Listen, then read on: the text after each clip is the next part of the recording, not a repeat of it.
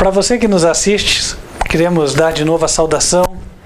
Que Deus abençoe grandemente a tua vida e que Ele possa hoje te ensinar coisas que estavam ocultas e escondidas ao teu entendimento.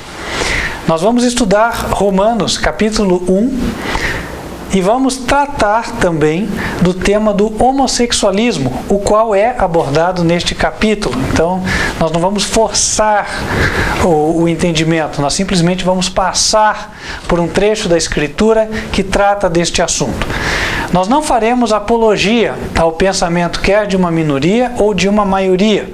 Nós vamos buscar o entendimento que a palavra de Deus nos dá, que Deus transmitiu a nós, seres humanos, por meio da sua palavra. E aí, compete a cada um decidir se recebe ou não esta verdade, ok? Isso aí fica fora da nossa alçada. O que eu espero é que você seja beneficiado com aquilo que vamos estudar.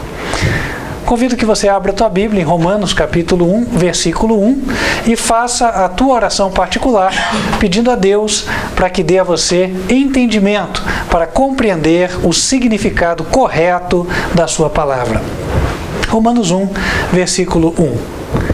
Paulo, servo de Jesus Cristo, chamado para apóstolo, separado para o Evangelho de Deus, o qual antes havia prometido pelos seus profetas nas Santas Escrituras, acerca de seu filho, que nasceu da descendência de Davi segundo a carne, sendo declarado Filho de Deus em poder, segundo o Espírito de santificação, pela ressurreição dos mortos, Jesus Cristo, nosso Senhor, pelo qual recebemos a graça e o apostolado para a obediência da fé entre todas as gentes pelo seu nome, entre as quais sois também vós chamados para a sede de Jesus Cristo.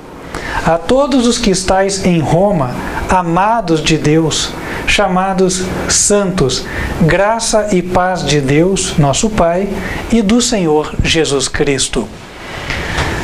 Essas palavras compõem a saudação inicial da carta aos Romanos e elas transmitem o que era o entendimento comum, tanto de Paulo quanto dos crentes que receberam a carta. Prova disso é que você não vê explicação dos termos aqui. Paulo simplesmente narra, né? Ele fala, olha, eu sou servo de Jesus, eu fui separado para pregar o Evangelho de Deus, Deus já tinha prometido, né, pelos seus profetas nas Escrituras acerca de Jesus. O Evangelho fala disso. E Jesus nasceu segundo a descendência de Davi, segundo a carne. O entendimento aqui é que Jesus foi descendente de Davi a partir de Maria. Né? Sabe-se que José não foi o pai literal de Jesus. Jesus era filho de Deus. Mas, segundo a carne, ele era da descendência de Davi. Davi foi um ascendente de Maria, que por sua vez pertencia à tribo de Judá. Versículo 4 é dito que Jesus foi declarado Filho de Deus em poder, segundo o Espírito de santificação, pela ressurreição dos mortos. Trocando em miúdos, foi pelo Espírito que Deus ressuscitou a Jesus. Deus, pelo seu Espírito Santo, o Espírito Santo que emana dele, ressuscitou o seu Filho, Jesus Cristo. Eu sei que este conceito pode parecer novo para muitas pessoas, mas para quem nos acompanha já há algum tempo, não é. Sabe que a revelação bíblica diz que o Espírito Santo procede do Pai. Isso está no Evangelho de João, capítulo 15, versículo 29. E também é dito que Deus ressuscitou a Jesus Cristo, isso em Atos, capítulo 13. Quem tem curiosidade, vai estudar. Ele é chamado Jesus Cristo, nós já comentamos isso, porque Jesus era conhecido como o Nazareno até então. Mas Cristo é a tradução do grego Christos, que era a tradução do hebraico equivalente a Messias, né? Então, aí nós temos o encontro de tudo, ou seja, Paulo estava dizendo que Jesus de Nazaré era o Messias, ou Mashiach, né? Que se dizia em hebraico. 5.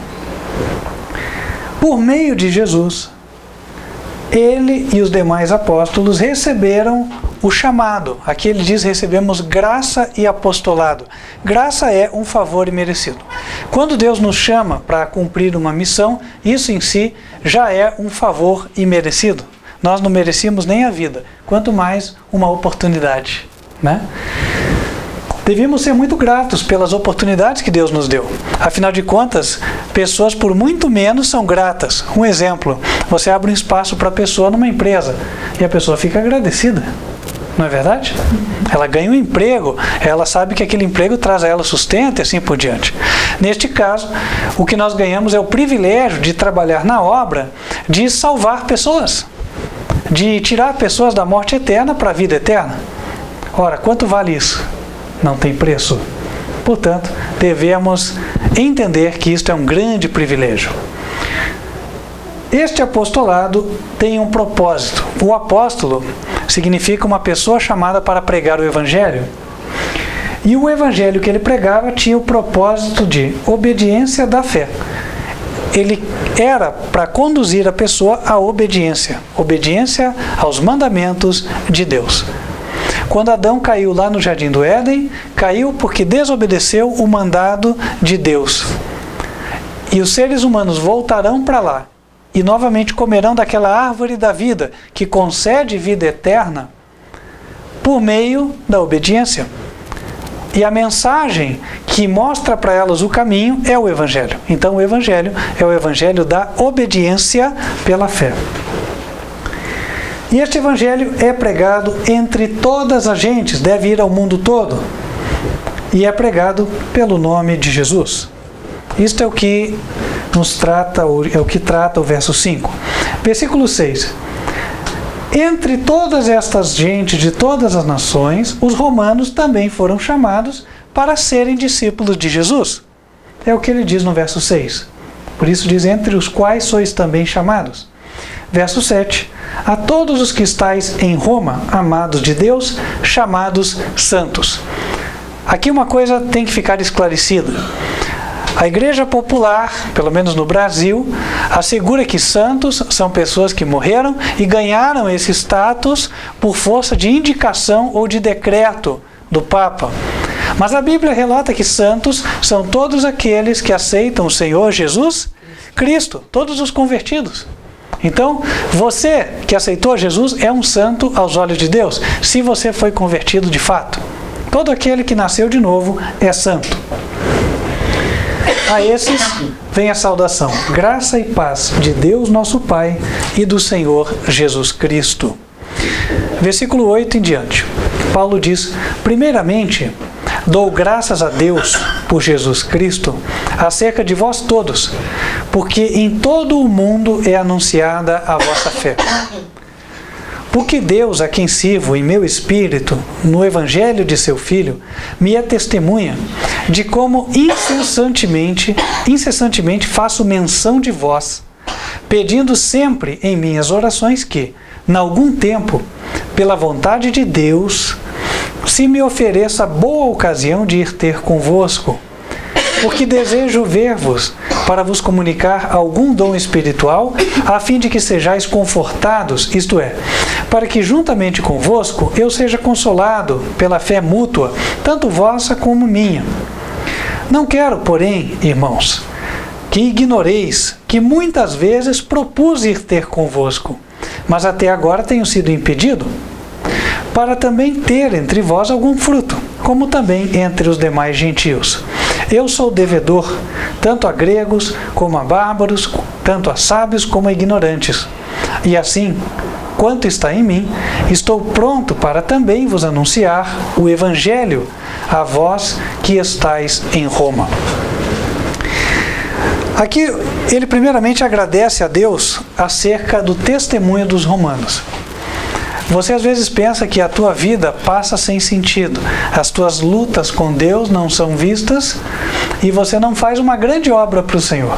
A verdade é que todo aquele que vence as suas provas diárias está fazendo uma grande obra, porque há outros que estão vendo o testemunho, há outros que estão notando aquela pessoa. E o apóstolo Paulo chega a dizer em outro lugar que nós somos o bom perfume de Cristo. Quando alguém perfumado passa no ambiente, Você pode até não saber quem é a pessoa, mas o cheiro nota-se. Não é assim? É a mesma coisa no tocante a alguém que está vencendo as suas batalhas diárias. No mundo é anunciada a fé desta pessoa. De que forma? Você não fica sabendo. Mas no céu, certamente você saberá. Portanto, não são vãs, digo, os nossos conflitos internos, particulares e passados entre nós, as forças do mal e Deus. Há muita virtude nestas vitórias e que possamos acumular várias, né?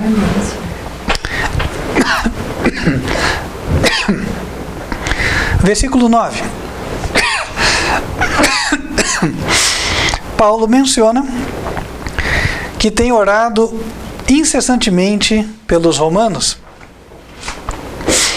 E no versículo 10 ele diz que o objetivo das suas orações é que Deus abrisse uma oportunidade para que ele pudesse ir ter com eles, pudesse visitar os romanos. Já estou trocando em miúdos as palavras de cada verso, tá? Versículo 11. Paulo queria ver os romanos para comunicar algum dom espiritual, para que se entenda. O Espírito Santo tinha sido derramado sobre os apóstolos, mas cada vez que eles efetuavam, por exemplo, o rito do batismo e impunham as mãos sobre os batizados, então era comunicado do Espírito que neles estava para as outras pessoas. Que ninguém pense por isso, então não vou batizar ninguém para não perder nada, né? Porque é dando que se recebe, né? Mas é importante porque a gente não sabe como a mente de cada um trabalha, correto? Então, na medida em que você comunica, você pode receber mais. É a história do copo cheio que enche a outros e depois pode ser cheio novamente. Então, Paulo queria ir a Roma. E ele sabia que ao ir lá, ele ia confortar aqueles irmãos, mas também ia receber conforto deles. No verso 12 ele relata isso, né? Para que juntamente convosco eu seja consolado pela fé mútua. Por isso, são importantes as ocasiões onde podemos nos reunir como irmãos. Um testemunho de um, uma experiência de outro, a palavra de outro, nos fortalece e nos alimenta. Nos consola também. Por essa razão, como também diz Paulo, não deixemos a nossa congregação como é costume de alguns, certo? Porque há força nestes encontros. Versículo 13. Paulo diz a eles, olha, não ignorem que eu muitas vezes me propus a ir visitá-los. Isso é interessante. Às vezes quando o missionário, o pastor não visita o campo faz muito tempo, os membros de lá são tentados a pensar que eles foram abandonados, de que eles já não fazem parte do corpo e outras coisas semelhantes. Mas nem sempre é assim. O apóstolo Paulo relata que ele tinha vontade. Ele queria muito estar lá, só que até ali não tinha sido possível. Ele disse, tenho sido impedido. Motivos de força maior, por assim dizer. E Paulo gostaria de ter algum fruto entre os romanos. Como é que a gente tem fruto? Quando a gente prega e alguém aceita, não é assim? Então nós dizemos, olha, temos mais um fruto aqui para o Senhor, mais uma alma convertida, mais uma que recebeu a mensagem. Ele queria ter algum fruto entre eles e também entre os demais gentios, pessoas que poderiam estar ou se interessar pela mensagem. E por que isso? Será que é porque Paulo tinha aquele desejo de ser uma grande pessoa, reconhecida pelo mundo inteiro como grande evangelista? Será que era por isso que ele queria viajar além mar? Não. Ele entendia que por aquilo que Deus havia dado de conhecimento do plano da redenção, conhecimento de Jesus Cristo, ele era devedor às pessoas. Porque se há uma coisa que pode salvar as almas, é o conhecimento do Senhor Jesus Cristo, o conhecimento da sua obra em favor dos homens. Como Paulo possuía isso, isto era um depósito que ele tinha, ele sabia que era devedor a todos os que não possuíam. Ele deveria transmitir, segundo o princípio bíblico, de graça recebestes, de graça dai. Este ensino não tem o propósito de derrubar a ordem de Deus para se devolver dízimos e ofertas. Há quem confunda. O de graça recebeste, de graça dai, significa que Paulo não ia cobrar para pregar, Né? O apóstolo Paulo, o senhor pode nos visitar aqui? Posso, eu cobro 20 mil, né, moedas da época lá. Ah, não, mas tem que pagar, porque Paulo é uma pessoa que vai trazer um pão espiritual importante aqui e tal. Não, isso não deveria acontecer, né? Então, hoje em dia, o pastor cobrar para pregar não é uma prática razoável. Podem pessoas viver do evangelho? Podem, mas não dessa maneira, não é verdade? Estabeleça-se então um salário justo que permita a pessoa viver com dignidade e poder efetuar a obra de Deus, e as coisas já estão devidamente equilibradas. Amém? Então, voltando aqui. Paulo disse, olha, quanto está em mim, versículo 15, eu estou pronto para vos anunciar o evangelho a vós que estáis em Roma. Tanto estava que Deus levou ele para lá, não da forma que ele planejava. Acabou indo em correntes, preso, mas mesmo assim foi testemunha de Jesus. Versículo 16, Paulo diz, porque não me envergonho do evangelho de Cristo, pois é o poder de Deus para a salvação de todo aquele que crê, primeiro do judeu e também do grego. Porque nele se descobre a justiça de Deus de fé em fé, como está escrito, mas o justo viverá da fé. Antes de avançar, vamos entender estes dois versos. Paulo disse que ele não tinha vergonha do evangelho. Quem tem vergonha do evangelho? Muitos têm. Muitos, quando estão diante de determinadas pessoas, preferem esconder a sua fé. Mas ele não. Ele sabia que o evangelho era o poder de Deus para a salvação de todo o que cresce. Não importava se fosse judeu, grego, de onde fosse a pessoa. Razão pela qual era interessante que todos tivessem conhecimento daquele evangelho. Por isso ele não se envergonhava dele. E ele sabia que ao receberem o poder do evangelho, então as pessoas iam andar em justiça. Isso aqui esclarece a essência do evangelho, que não é compreendida por quase ninguém, infelizmente. Sendo o evangelho poder, ele é um poder para que se manifeste a justiça na pessoa. E o que é justiça? Salmos 119, versículo 172. Todos os seus mandamentos são justiça.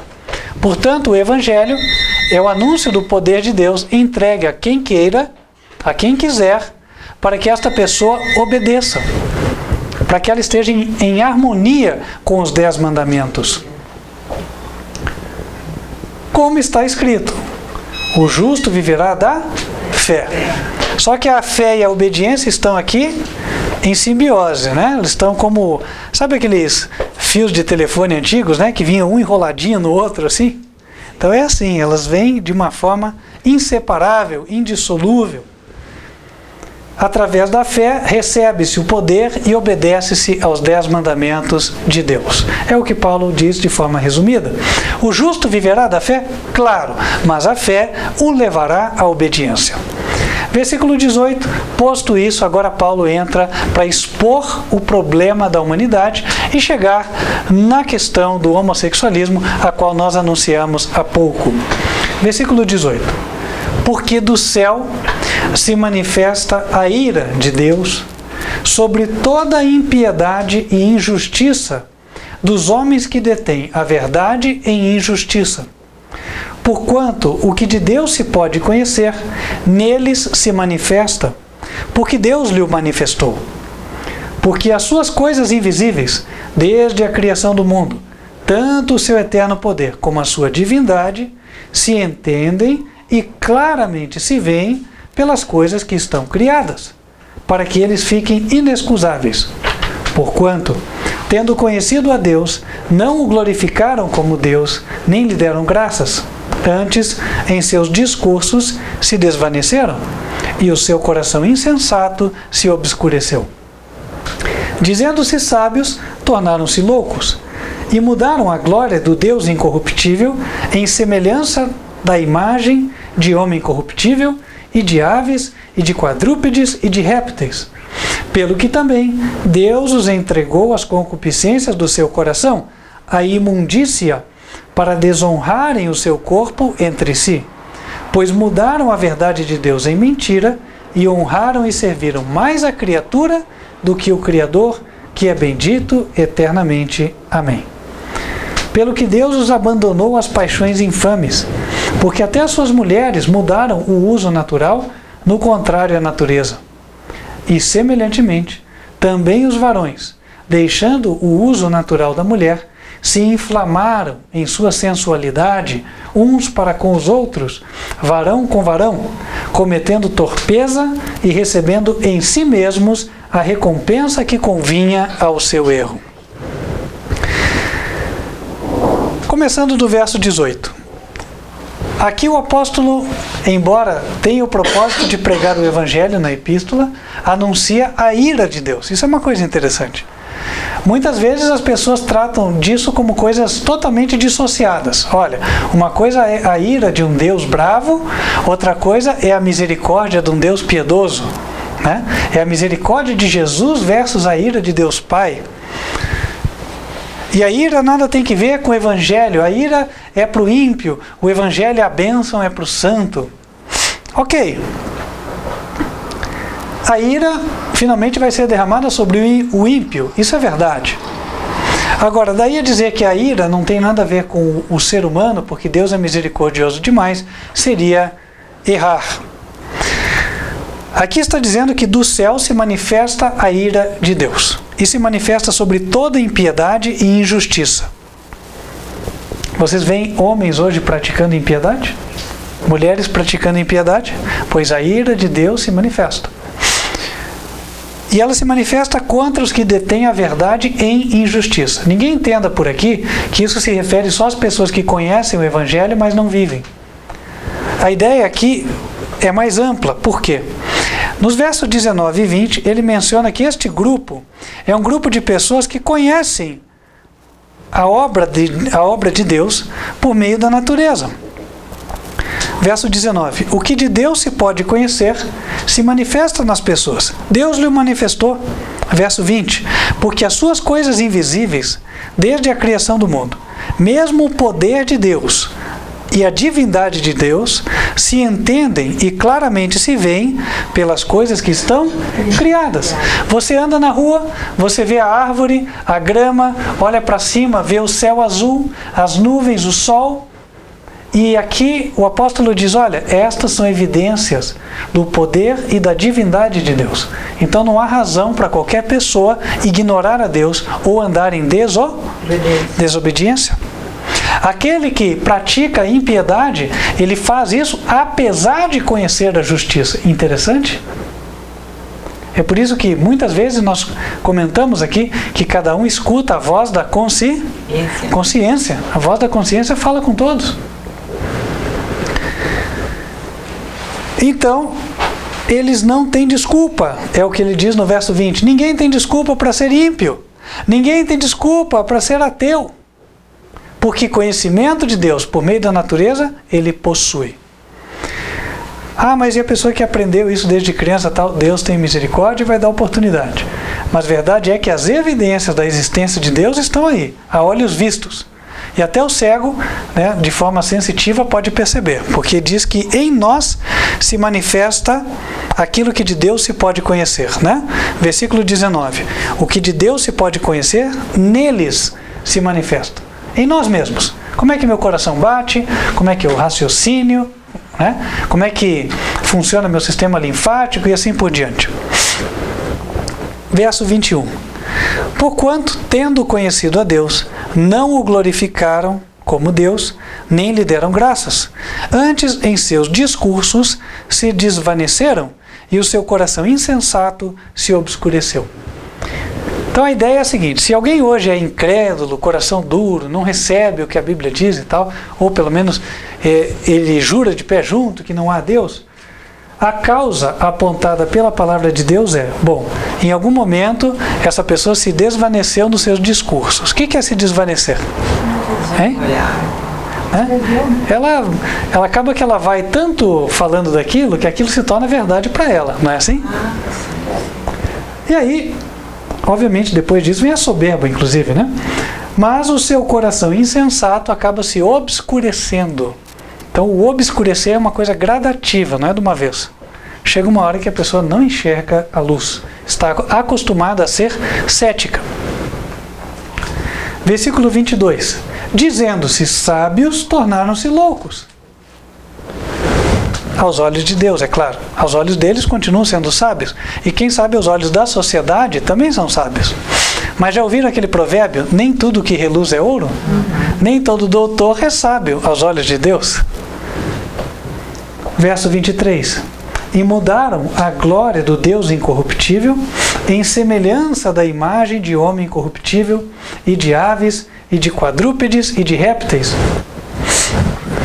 Como é que eles fizeram isso? Bom, hoje o que nós vemos mais difundido são as imagens. Imagens, não posso dizer que elas se proliferam, porque elas em si não se reproduzem, é o homem quem as reproduz, né? Fabrica elas em série, vende nas lojas e a turma compra, leva para casa e se ajoelha diante delas. Então, a Bíblia mostra que isto é uma consequência de obscurecer-se o coração. O coração está obscurecido, a pessoa vai e adora a imagem. Ah, mas isso aí são os pagãos. Não, pagão adora imagem de animal, de ave, de réptil, etc.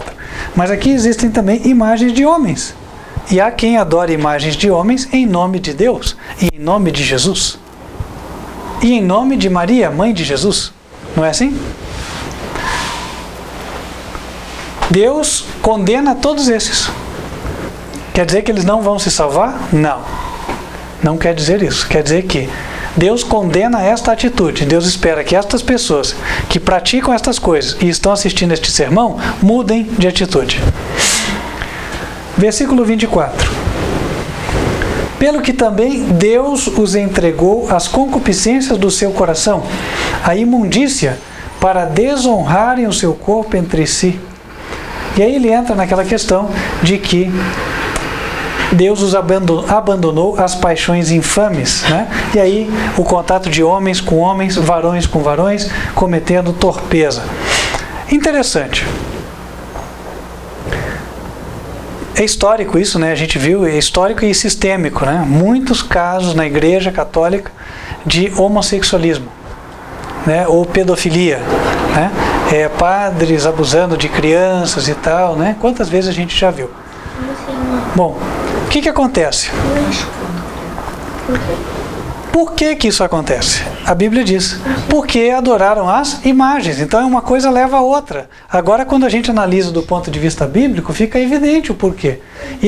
E a forma de coibir a situação, o problema, não é por meio de leis. Não há lei que resolva isso. Porque enquanto o ser humano adorar imagens, ou se curvar diante das imagens, ele vai continuar inclinado a fazer estas coisas que não deve. Entendem? Uma coisa leva a outra. Então, para você eliminar o efeito, você deve eliminar a causa. Então, qual seria a forma de você eliminar o problema? Olha, quebrar as imagens, literalmente, não tem outra forma. Se houvesse, Deus teria dito. Detalhe, isso que estamos lendo aqui é o mesmo que aparece na Bíblia Católica. Então você que tem Bíblia Católica em casa, abra, assista, leia o que está lá. Romanos capítulo 1, versículos 21 até o 27. E aqui fala de erros que envolvem não apenas homens, também envolvem mulheres. As mulheres também mudaram a sua forma natural. Versículo 27. Aí diz assim, eles recebem em si mesmos a recompensa que convinha em seu erro. O que acontece de uma forma bastante ampla nestas comunidades que praticam o homossexualismo? O que a gente vê lá? A AIDS, né? A síndrome da deficiência imunológica adquirida. Existem outros que possuem, claro, existem outros que possuem, mas que um dos focos para a proliferação da doença é este grupo. Isso é médico, eu não estou falando nenhuma novidade aqui, sabe-se disso. Uma questão de saúde, mais até do que de filosofia, etc. Aí nós conseguimos entender o seguinte: Deus, mais uma vez, foi verdadeiro. Há uma consequência. E há uma consequência ruim da prática errada. E aqui diz, eles recebem a recompensa que convinha ao seu erro. A Bíblia diz, no livro de Levítico, que o homem que se juntasse com o homem deveria ser morto. Hoje em dia, Deus não está nos mandando sair com um facão na rua para matar os homossexuais. Mas, de alguma forma, a palavra de Deus acaba se cumprindo, porque aqueles que praticam o erro abreviam a sua vida. Isso fica mais evidente com aqueles que contraem estas doenças, né? Em capítulo 18,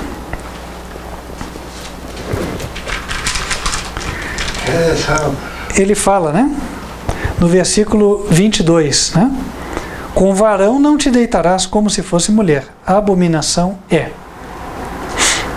Por que ele não deveria fazer? Verso 28, digo. Para que a terra não vos vomite, havendo a vós contaminado, como vomitou a gente que nela estava antes de vós. Porém, qualquer que fizer alguma dessas abominações, as almas que as fizerem serão extirpadas do seu povo, estarão fora do povo de Deus. Então não há como, tá, um homossexual que não se converta e se arrependa entrar no reino de Deus. É impossível. Vão me taxar do que quiserem. Isso aí, gente, do que vocês vão me taxar? Onde vocês vão me levar? Né? Se vão para o processo em cima e tal. Isso aí, não vai mudar em absolutamente nada aquilo que Deus disse. Eu estou transmitindo o que ele falou. Ok? Versículo 30. Aí Deus diz: portanto, guardareis o meu mandado, não fazendo nenhum dos estatutos abomináveis que se fizeram antes de vós, e não vos contamineis com eles. Eu sou o Senhor vosso Deus. Então, Deus declara esta prática como abominável. Ok? Com todas as letras, é dessa forma que Deus avalia a conduta. Deus não enxerga que isso aí a pessoa nasce assim, né? Que isso é uma questão de opção, para a gente escolher qual é o sexo. Não. Deus nos criou homem e mulher. Quem é homem, é homem. Quem é mulher, é mulher. Quem é efeminado, é errado. Assim como mulher que é masculinizada, é errado também. Certo? Homem deve ser masculinizado. Mulher, efeminada. É assim que Deus fez. Eu não consigo? Consegue. Com oração, pedindo a Deus, obedecendo a sua palavra, é possível. Amém? Agora, quem não se importa com o conhecimento de Deus, o que é que acontece? Romanos capítulo 1, versículo 28. Paulo fala na sequência.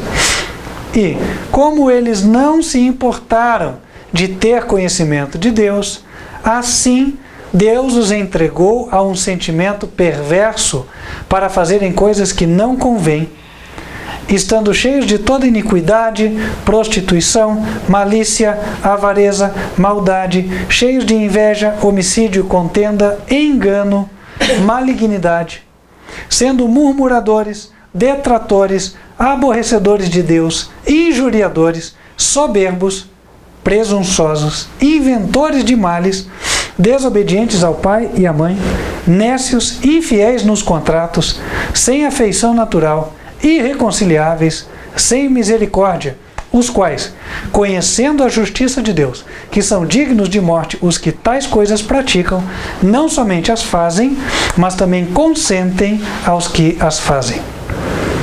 Se por um lado é certo que todas estas práticas erradas, elas abrangem todos os ímpios de uma forma geral, não há como negar que Paulo está aplicando todas essas más práticas àquele grupo que ele mencionou antes, o grupo dos homossexuais, ok?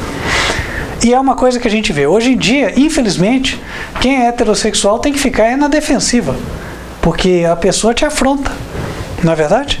Ela faz o que não deve a olhos vistos, mesmo que ela veja que você fique com o olho arregalado, que você não aceita aquela prática, parece que ela está pedindo para você falar alguma coisa, para que daí ela tenha como te acionar, né, ou te prejudicar mais. As pessoas saem, vão na rua, sem nenhum pudor, fazendo demonstrações, passeatas e tal, né? E achando que qualquer um que achar ruim é uma pessoa criminosa. Daí a palavra homofóbico. Meus irmãos, eu vou dizer uma coisa, Deus não condena ninguém por homofobia, não.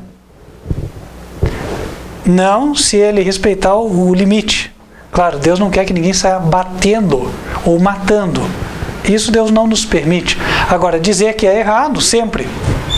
Errado é errado. Certo vai ser certo. Errado, sempre errado. Ok?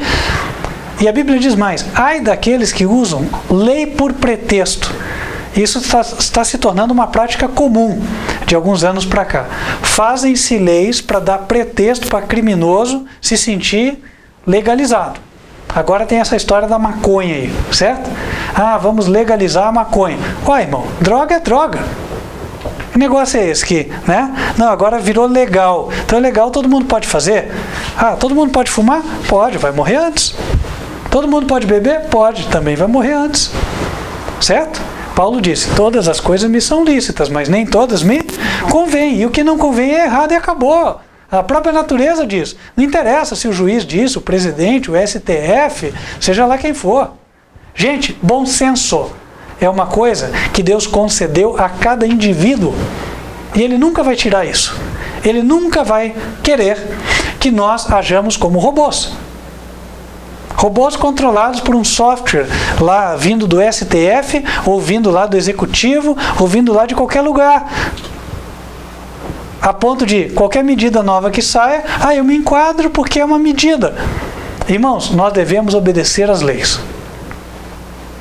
As leis foram feitas para serem cumpridas, mas leis que contrariem a ordem do Senhor, leis que contrariem o bom senso que Deus deu a cada um, elas devem ser questionadas, né? E você não deve seguir o que é errado, independente de alguém colocar como lei, porque sempre será possível que pessoas com má intenção consigam a aprovação de leis.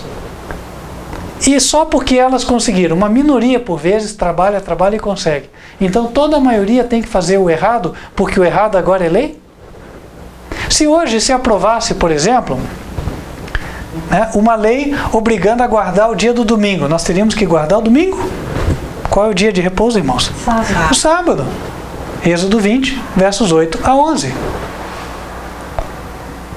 Com o mesmo respeito que nós obedecemos à lei quando ela é justa, quando ela está em harmonia com a palavra de Deus, nós deveremos também manifestar respeito para com a lei de Deus como sendo superior à dos homens quando houver conflito. E neste caso aqui há um conflito. Se o crime for ser homofóbico por dizer que o homossexualismo é errado e o homossexual não vai para o céu, então sejamos criminosos em nome de Jesus. Amém. E carreguemos a cruz. Amém. Levemos o fardo. Afinal de contas, nós não estamos aqui para agradar o mundo. Se nós fôssemos do mundo, o mundo receberia o que era seu. Mas nós não somos do mundo. Por isso o mundo não nos recebe. E o mundo, na forma em que se encontra hoje, será destruído em breve. Por quê? Porque a ira de Deus está se manifestando contra o mundo. E as pessoas que estão aprovando leis injustas, muitas vezes são as mesmas pessoas que depois você vê lá nos holofotes, culpadas de uma série de crimes. Então como é que você pode considerar cegamente que toda e qualquer lei aprovada seja lei justa? Não dá. O bom senso nos impede disso, né? Irmãos, nós precisamos ser definitivamente cristãos bíblicos. Nós não podemos ser cristãos palha. Sabe o que é cristão palha? Que ele voa a sabor do vento, né? Para onde vai o vento das opiniões, ele vai também, né? E onde tem mais vento, ele mais vai. Parece que ele gosta da popularidade. Aqui não. Nós devemos estar firmados na rocha. A rocha é inamovível. A rocha é a palavra de Jesus Cristo. Era, foi e será sempre a mesma. E fica o apelo do Senhor. Quem gostaria de dizer a Deus, Senhor, eu quero ser fiel. Eu quero me manter firme ao lado do que é certo, independente de todos os demais irem contra a verdade. mas eu quero ser uma testemunha da verdade. Que assim seja, em nome do Senhor Jesus. Amém? Vamos nos colocar de joelhos.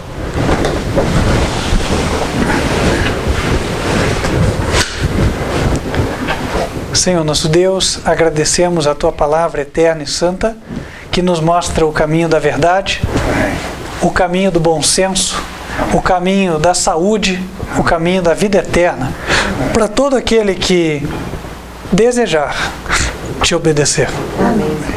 Pedimos a Deus que o Senhor venha esclarecer aqueles que têm a mente obscurecida, aqueles que têm dúvidas e dificuldades sobre este assunto, e possa conceder o Teu poder a todos dentre eles que abrirem os seus corações para o Senhor Jesus Cristo.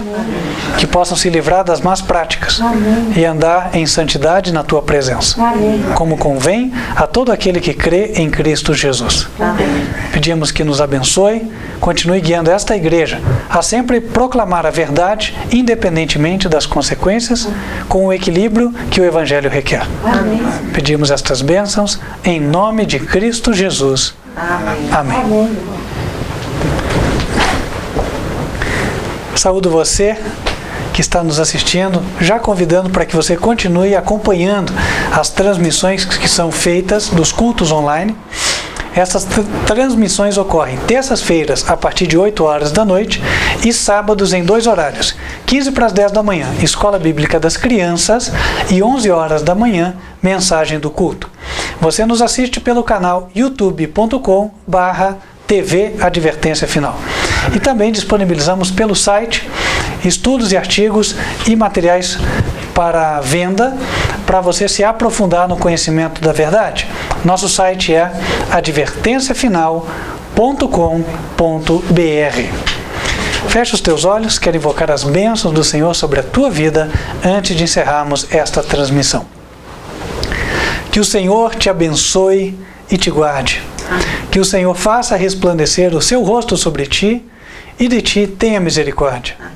Que o Senhor levante sobre ti o seu rosto e te dê a paz. Amém. Amém. Que Deus te abençoe e até a próxima oportunidade. Amém. Amém.